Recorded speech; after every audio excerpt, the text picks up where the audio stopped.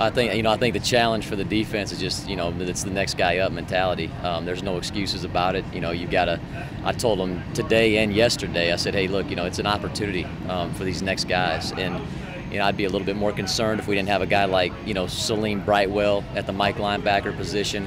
We had a guy in Jay Stocker who took quality reps at the end of the year last year, and they've got to take that mentality. They got to embrace that mentality, and we've got to step it up as coaches too, and coach them hard and get them to learn it, and make sure that they capitalize that opportunity. Would Salim have competed for that #1 job in any case this Yeah, year? he sure would have. And to be honest with you, we all sit here and grant Jordan a pass that he's going to be an automatic starter, and we've had some guys that had a really good summer.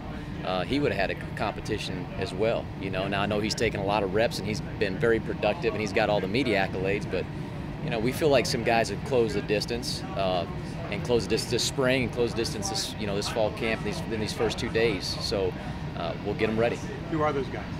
Right now at the field safety, we've got Bryson Garner and we got Jay Stocker. On the other safety, we got Dennis Briggs and Phil Campbell. We're also working Henry Miller there a little bit. And to be honest with you, it's going to come down just to your best 11, your best 2 back there, and we'll see those guys, whatever those 2 guys fit. But I like what Jay and Bryce have shown in 2 days, if you can tell anything in 2 days.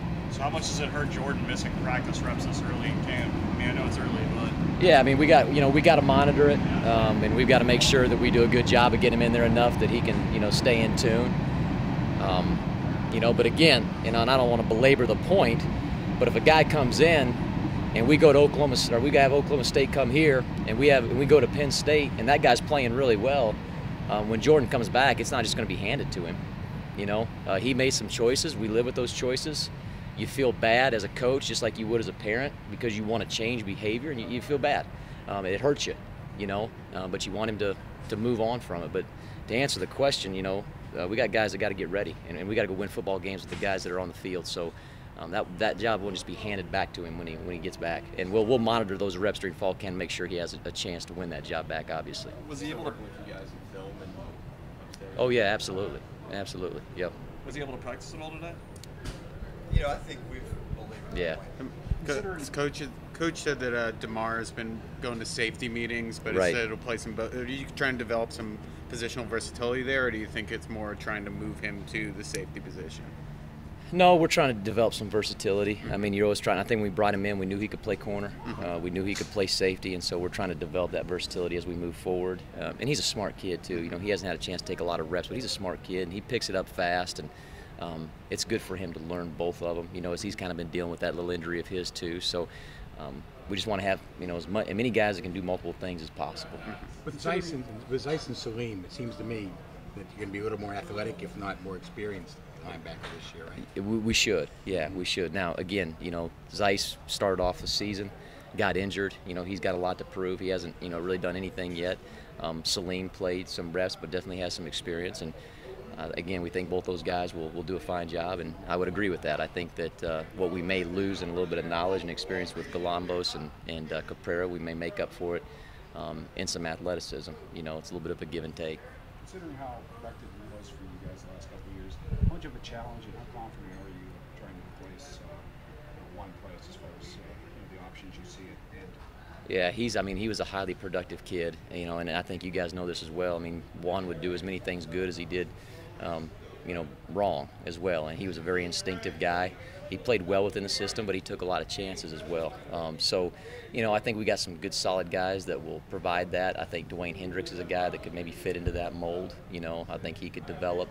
I think guys like Patrick Jones and Rashad Weaver could step up and take that position as well. So, I like our young guys. They're really into it. Charlie Parcher's been a great addition. And so we're moving. We're moving those guys. With a younger team, do you have to push a little harder as a coach?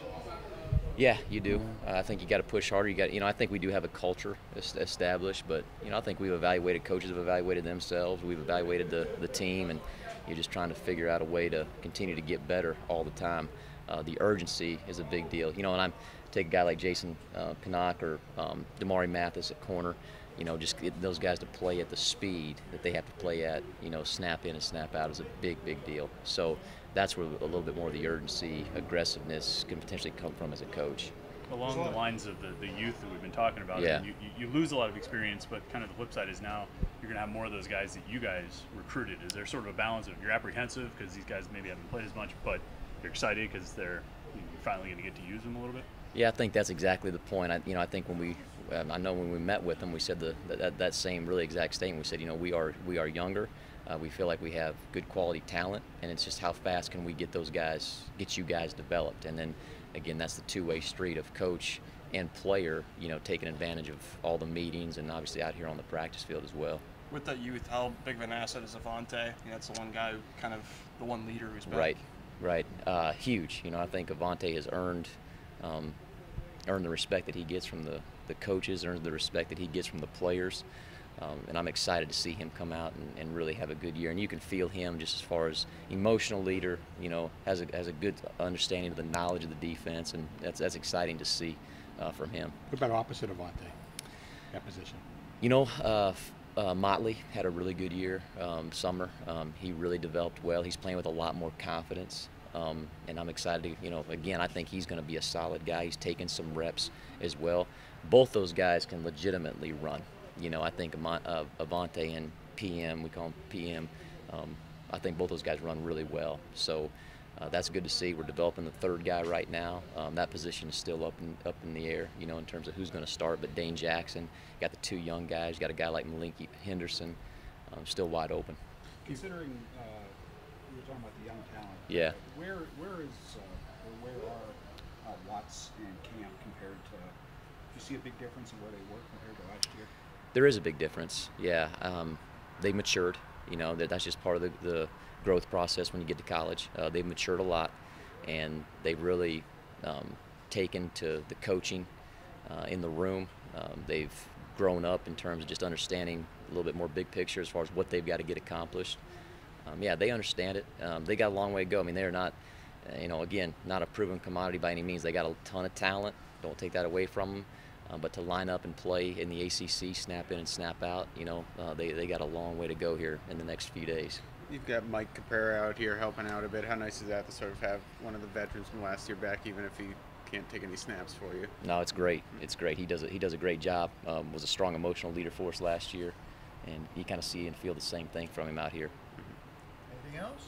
If Paris Ford is able to get here for camp, yeah. does missing this, or however much he's going to miss, how far behind does that sort of put him? Puts him behind. It puts him behind for sure. And we'll have to get him caught up as fast as we can. When he was coming in, the thought process still stays the same. We're going to try to get him involved in some Delta third down stuff early, see how he kind of developed there. But yeah, it puts him behind, and he'll have to catch up in a hurry.